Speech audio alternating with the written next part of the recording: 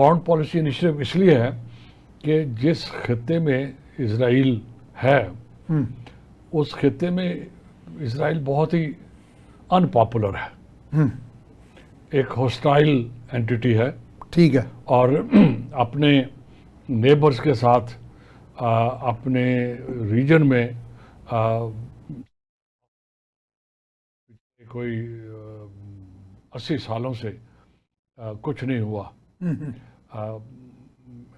As a student of diplomacy میں تو یہ سمجھوں گا کہ یہ بہت ہی پور فارن پالیسی رکھی ہے اسرائیل نے پچھلے 80 سال سے، کہ انہوں نے اپنے پڑوسیوں سے جہاں پر انہوں نے ہمیشہ رہنا ہے، اگر وہ کسی جگہ پہ جہاں پر ان کو انسٹال کیا گیا تھا ٹھیک ہے، انہوں نے وہیں رہنا ہے، تو میرے خیال میں اب وقت آ گیا تھا اور آ گیا ہے کہ وہ اپنی فارن پالیسی پہ نظر ثانی کریں. یعنی کہ ان کا کوئی مائنڈ سیٹ ایشو ہے، کوئی سم تھنگ. میں عرض کرتا ہوں تو یہ بنیادی طور پہ ابراہم اکارڈز جو ہیں ایک فارن پالیسی انیشیٹو تھا. ٹھیک ہے، مقصد اس کا یہ تھا کہ وہ جو ریجن کے کنٹریز ہیں لٹل وائڈر ویسٹ ایشیا میں بھی اور ساؤتھ ایشیا میں بھی، جن ملکوں نے ان کو تسلیم ہی نہیں کیا، ان کے وجود کو ہی تسلیم نہیں کیا، ٹھیک ہے، اور ان سے تسلیم کروایا جائے. یعنی نمبر 1 پوائنٹ یہ تھا، یہ نمبر 1 یہ فوکس تھا. ٹھیک ہے، چونکہ اسرائیل کی صرف اسٹیبلٹی کے لیے نہیں، میاں صاحب، اسرائیل کی سروائیول کے لیے ضروری ہے کہ وہ ملک جو میٹر کرتے ہیں، اس ریجن کے لوگ ہیں، وہ اسٹیٹس ہیں، اگر وہ ان کی ایگزسٹنس کو ایکسیپٹ ہی نہیں کرتے تو اس سے بڑا میرے خیال میں سیکورٹی تھریٹ اور کوئی نہیں ہے. لیجیٹمیسی ایشو یہ ہے. سیکورٹی تھریٹ اس سے بھی بڑا ہے کہ اگر کسی کے پاس فار ایگزامپل نیوکلیر ویپنز ہیں یا کسی کے پاس کنونشنل اسٹرینتھ اسرائیل سے بھی زیادہ ہے، تو میں کہوں گا نان ریکگنیشن جو ہے، نان ایکسیپٹنس جو ہے، یہ اس سے بھی بڑا خطرہ ہے ان کے لیے. یہ اس سے بھی بڑا خطرہ ہے. چونکہ یہ جو کنٹریز جن کی ہم بات کرنے جا رہے ہیں یہ ان کی ایگزسٹنس کو مانتے ہی نہیں. I beg your pardon، ایک لفظ آپ بڑا اچھا بولتے ہیں اس حوالے سے، حالانکہ ٹرانسفارم کو تو لوگ کہتے ہیں نان ایکسیپٹنس ٹرانسفارم ہو جاتی ہے. بالکل، وہ بڑا خطرناک اسکیل پہ چلی جائے. ایک ہے نان ریکگنیشن، ایک ہے نان ایکسیپٹنس. ہاں، ان میں تھوڑا سا ہمیں ایلیبریٹ تو کریں. اسرائیل کے کیس میں بہت سے ملک ایسے ہیں، خاص کر اسلامک کنٹریز، جو کہ ان کی ایگزسٹنس کو ایکسیپٹ نہیں کرتے. چند ایک ہیں ویسے جنہوں نے کیا ہے، انیشیو جسے کہتے ہیں، شروع سے، بنیادی طور پہ، شروع سے، بنیادی سے ان کا کہنا یہ ہے کہ یہ ایک فورن ٹرانسپلانٹیشن ہے. یورپ سے لا کے لوگوں کو رکھا گیا اور اللیگلی رکھا گیا، اور پھر بغیر ان کی کنسنٹ کے رکھا گیا. اگر یہ جب بھی یونائٹڈ نیشنز نے ریزولوشن پاس کیا تھا 1947 میں یا 48 میں، 48 تھا، 181 آرٹیکل کے تحت، اس وقت اگر یہ ہوتا کہ جو بھی کنٹریز تھے ریجن کے ان کو آن بورڈ لیا جاتا، ان کو آن بورڈ لیا جاتا، جو ان کے تحفظات تھے، ریزرویشنز تھی، جو ان کے کنسرنز تھے، آپ اس اسٹیج کے اوپر ان کو ایڈریس کر لیتے. تو یہ جو 80 سال کی لڑائی ہو رہی ہے جس میں لاکھوں، میں کہوں گا ملینز جانیں چلی گئی ہیں، اکنامک ڈیولپمنٹ نہیں ہوئی، اور جو آپ نے اس طرف اشارہ کیا کہ یہ ایک کانفلکٹ بنا جس نے ٹرانسفارم ہو کے اس پورے ریجن کو ایک اپنی جکڑ میں لے لیا نا، ایک بڑی ایک مصیبت کی. اب پورا ریجن ٹریپ ہو گیا ہے، اس کے اندر ٹریپ ہو گیا. ٹھیک ہے، اب چلے وہ جو ہونا تھا ہو گیا. اب یہ جو ابراہم اکارڈ تھا میرے خیال میں یہ پریزیڈنٹ ٹرمپ کے پچھلے ٹینیور میں بہت ہوشیاری سے اور چلاکی سے یہ ایک ایگریمنٹ کنسٹرکٹ کیا گیا. اس طرح کنسٹرکٹ کیا گیا کہ ایک پارٹی کا جو 80 سال پرانا مسئلہ ہے وہ حل ہو جائے، لیکن جو باقی پارٹیاں ہیں ان کے جو مسائل ہیں وہ حل کا اس میں کوئی پروویژن نہیں تھا. کوئی ایک آدھ پوائنٹ ذرا بتا دیں تاکہ لوگوں کو ذرا اویئرنیس ہو جائے اس کی. جی، اب جو اسرائیل کا پرابلم یہ ہے، چونکہ اس علاقے کے لوگوں نے یا مسلم کنٹریز نے اسرائیل کو ریکگنائز نہیں کیا ہوا. ہم فرق کر رہے ہیں دونوں میں. ٹھیک ہے. نان ایکسیپٹنس کا مقصد ہے کہ میں آپ کے سرے سے ہی تسلیم نہیں کرتا, میں آپ کے وجود کو مانتا ہی نہیں ہوں. جیسے آپ نے اب انشو کہا نا کہ سرے سے نہیں ہم تسلیم, میں آپ کے وجود کو مانتا ہی نہیں ہوں, مانتے نہیں ہوں. تسلیم ہونا ایک علیحدہ بات ہے. پھر دوسری بات آ گئی کہ وہ کنٹری اگر جیسے تیسے کر کے بن گیا, اور وہ جو کنٹریز ہیں وہ اس کو ریکگنائز نہیں کرتے کہ آپ ایک لیجیٹیمیٹ لیگل انٹیٹی ہو. ٹھیک ہے. That's a recognition. دونوں میں فرق ہو گیا. تو ابراہم اکارڈز میں پھر اچیو کیا ہوا تھا اس وقت؟ کے اندر یہ تھا کہ یہ جو کنٹریز ہیں, اب وہ ملک تو چونکہ بن گیا, یونائٹڈ نیشن نے پاس کی ریزولوشن جس کے تحت اب 80 سال گزر گئے ہیں, اب ان کی ریکگنیشن جو ہے وہ بڑا ایشو ہے.